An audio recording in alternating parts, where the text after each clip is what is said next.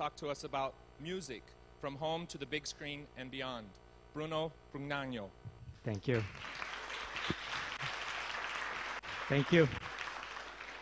Actually, I suppose Dan when invited me to be, I mean, I'm very glad to be here today. And oh, sorry, yes.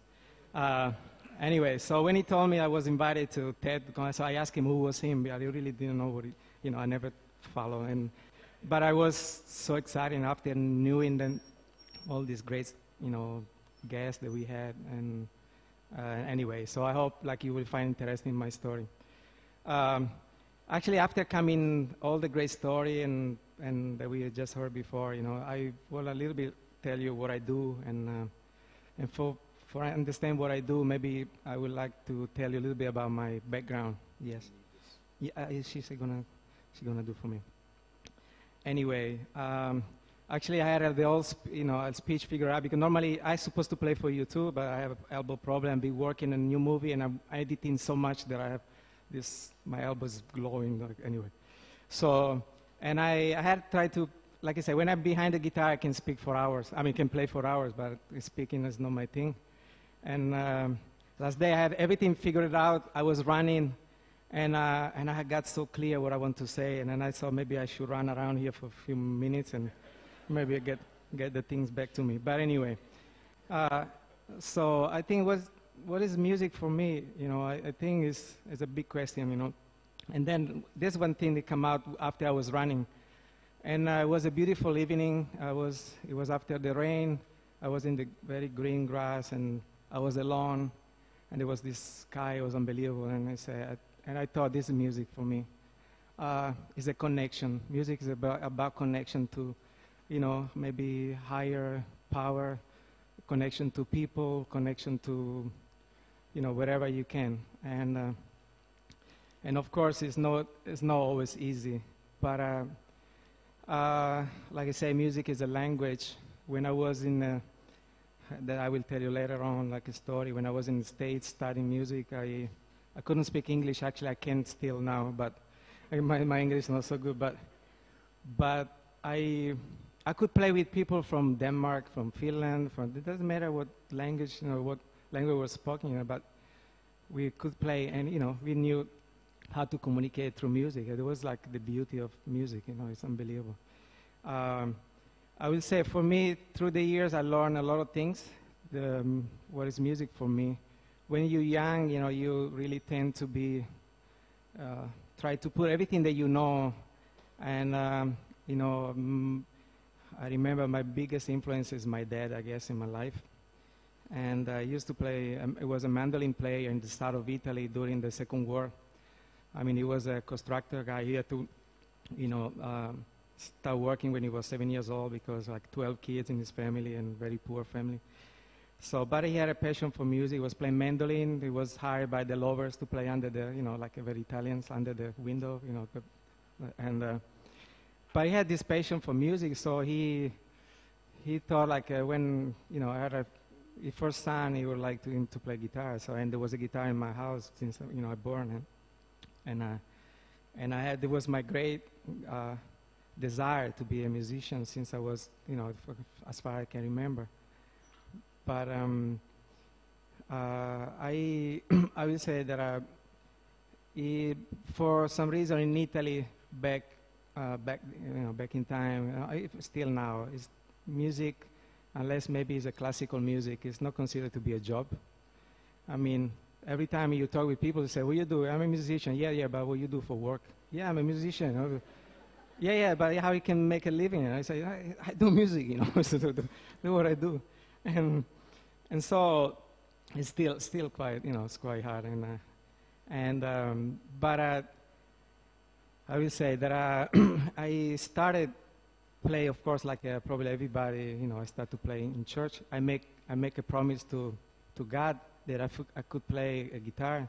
I could play fast, put my finger and play very fast on the guitar. Next, I will clean the church every single Sunday, and God kept the promise, but I didn't. So, and actually, what I did, actually, I play pretty much every Sunday in church, and that's what I learned, basic chords and stuff.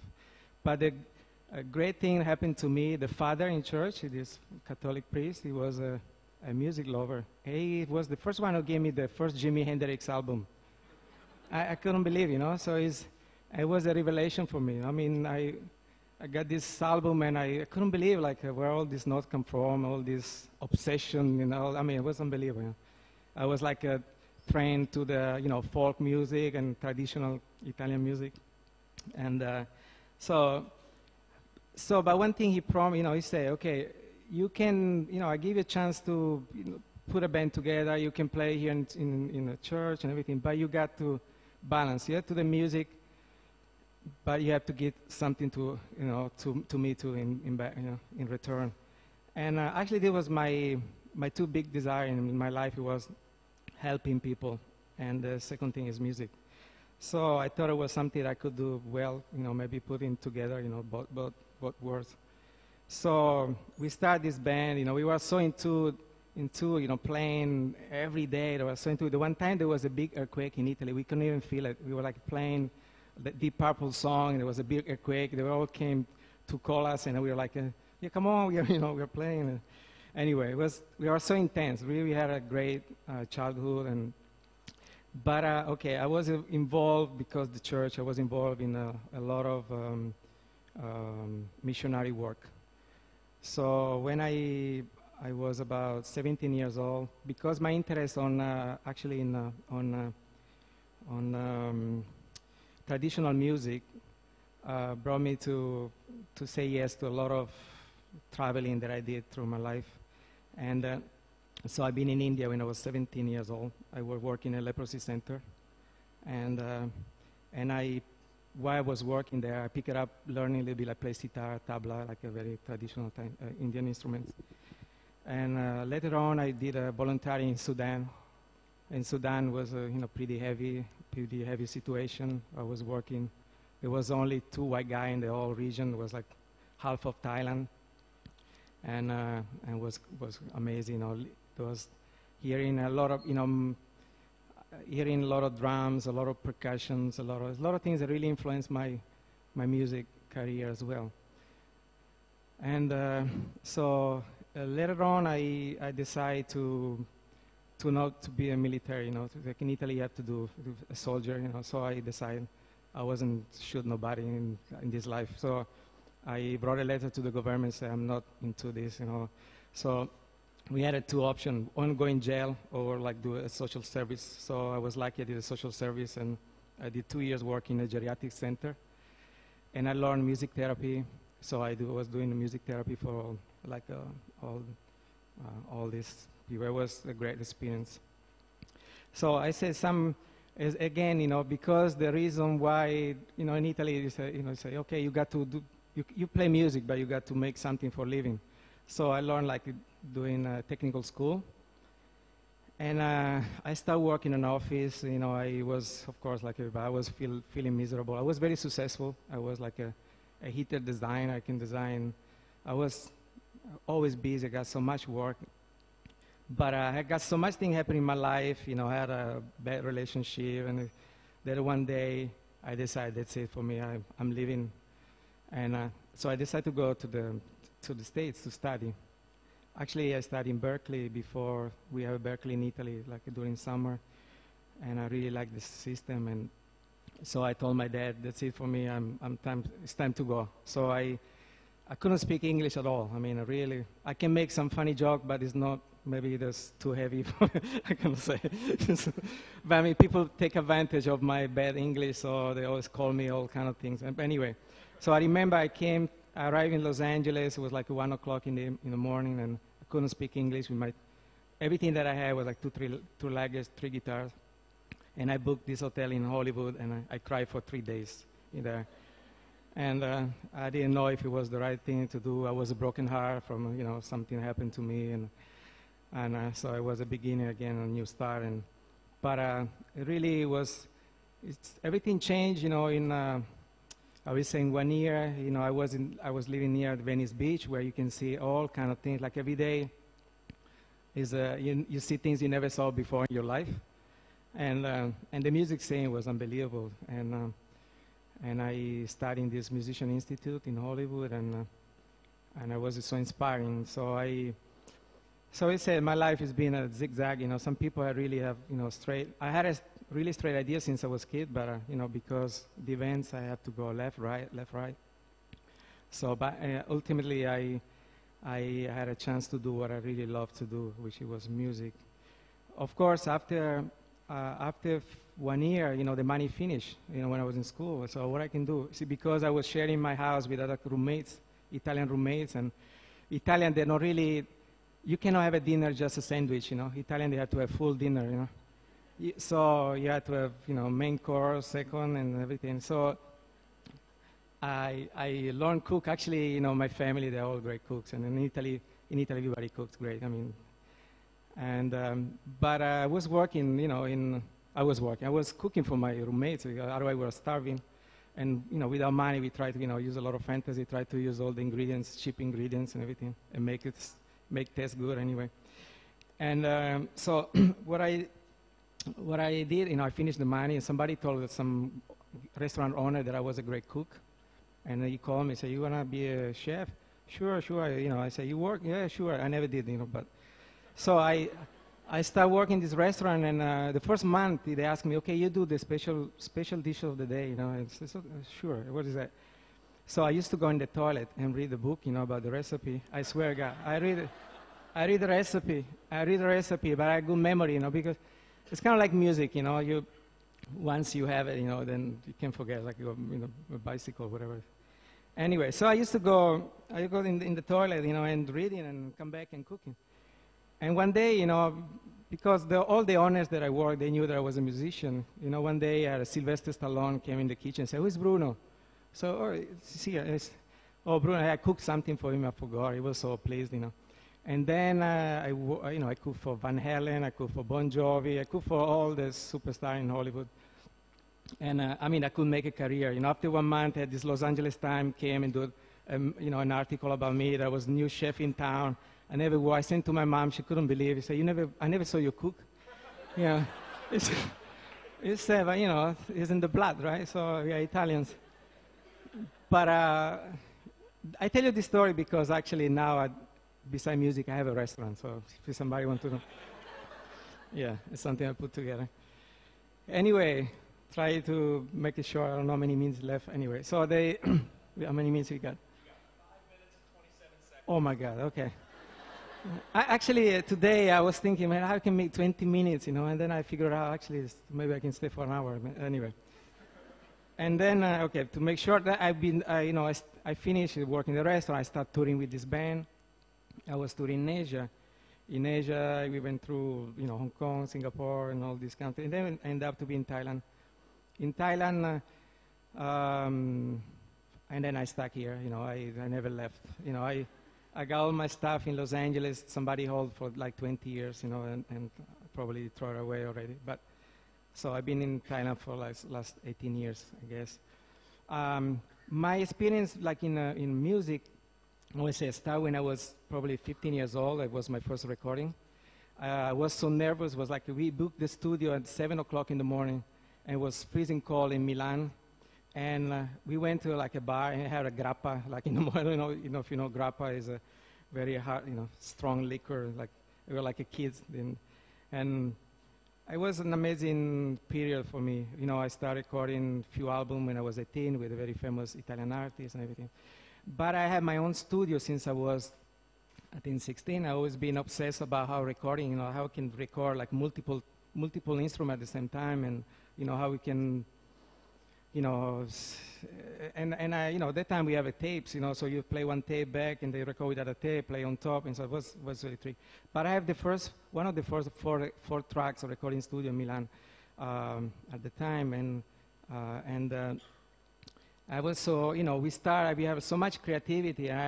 With my friend, we had an idea. I was only, I think, 16 to do an audiobooks when the audiobooks don't really exist yet, and doing like there was no samples and stuff. We use a lot of creativity anyway. So all this background that I've been telling you, it's like it really helped to shape what I am now. So since I came to Thailand. I've been working for 16 years straight to the biggest company here, probably one of the biggest company in Asia. I produced more than 100 albums and brought music for more than 100 albums. And the last 4 years I've been working on I do basically only movie scores, which is something that really interests me. I've been following the pop world for so long time, and I got tired about it. I mean, I still like to do it, but I think it's much more creative working on movies. Visual, you know, is very magic, you know. What I was saying before, you know, I was telling about like the knowledge that you get soon, you know, you get in older is like you try to tend to be, you know, play very busy, you know, try to play more note that you can, faster that you can. Actually, when you know, nowadays I learn the power of silence. I think there is one of the company that I admire the most is a German company. It's called ECM. Is a jazz label. I'm actually a jazz background. I'm a jazz guitar player. But this label is say ECM is the best sound after the silence. And this I thought for a long time what they mean about that, you know. And I really understand nowadays. You know, with the silence is really is like putting notes. It's not about notes. I mean, when I'm working it's not. I don't think about all the notes that I have available or something. And all the knowledge that I have all my teacher every time he say, you learn and you forget. And just use your heart. And then what I do, I try to put my heart, and I think a notes is a color. Like probably we have a lot of nice speeches come up to me talking about painting and stuff. But I think it's a color, you know, it's put the right color, the right ingredients on the food and make it taste, you know, same ingredients.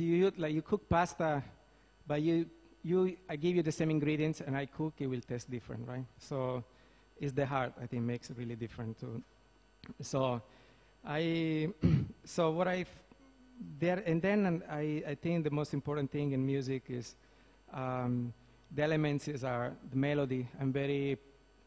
Probably have a gift for melody, but I'm Italian, and the timing. The timing is so important because, you know, it's rhythm. You say like a rhythm, you can identify right away music just from the rhythm. You say like you say ta ta ta ta ta ta ta ta ta ta ta ta. You know already it's Beethoven, right? Even if I don't sing the notes, the rhythm is so important.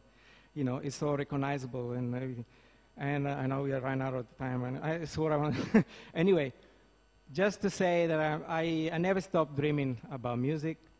I never stopped thinking that the best still have to come for me. And I'm a privilege the last 4 years working for the Princess of Thailand. I'm working pretty much full time for the Princess of Borat.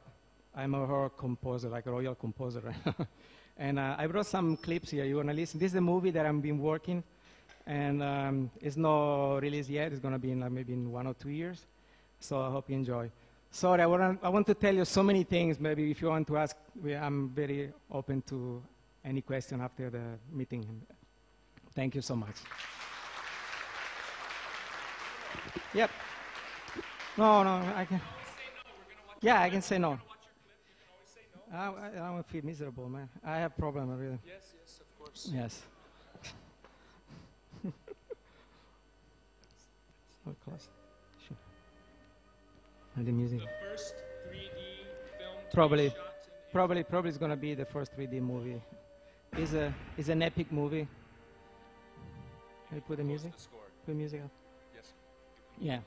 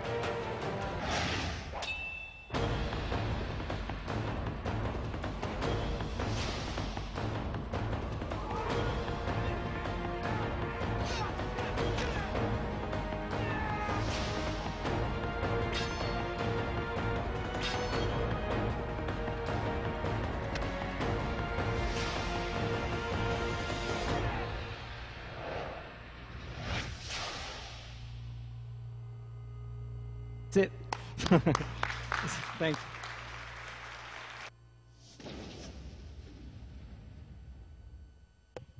When I asked Bruno to be part of this, he told me about his elbow, right? But I also said, what about something like your first song that when you were 7 also years say old? no. and I've continued to say that he can say no, and he's holding by it, so I'll respect that. No, Thank you, Bruno. I will play anything, anytime. House of the Rising Sun? Yeah, I will sing. No, all right. Please.